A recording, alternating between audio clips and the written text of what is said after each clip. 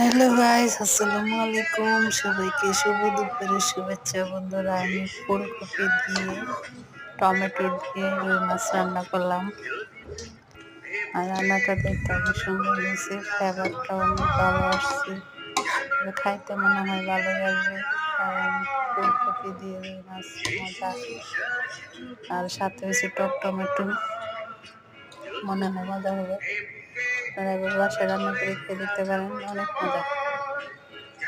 আর আমার আজকে ভিডিও ছাড়তে একটু লেট হয়ে গেছে, কারণ আমি বাজার করে তারপর রান্না করলাম। একটু বাইরে গেছিলাম মেয়ের স্কুলে, সব মিলায় আসলে আজকে লেট হয়ে।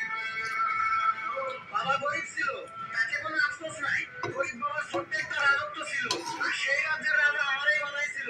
বাবার রাজ্য ছেড়ে দিছি, ইতালি প্রবাসী হয়েছি নিজের রাজত্ব করবো বলে।